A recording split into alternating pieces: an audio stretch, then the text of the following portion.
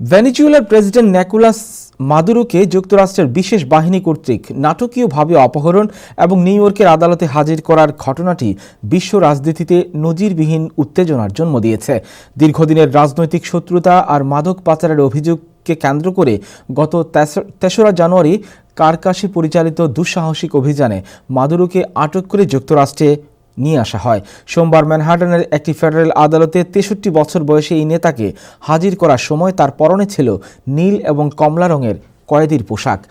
কাঠগড়ায় দাঁড়িয়ে মাদুরো নিজেকে নির্দোষ দাবি করেন।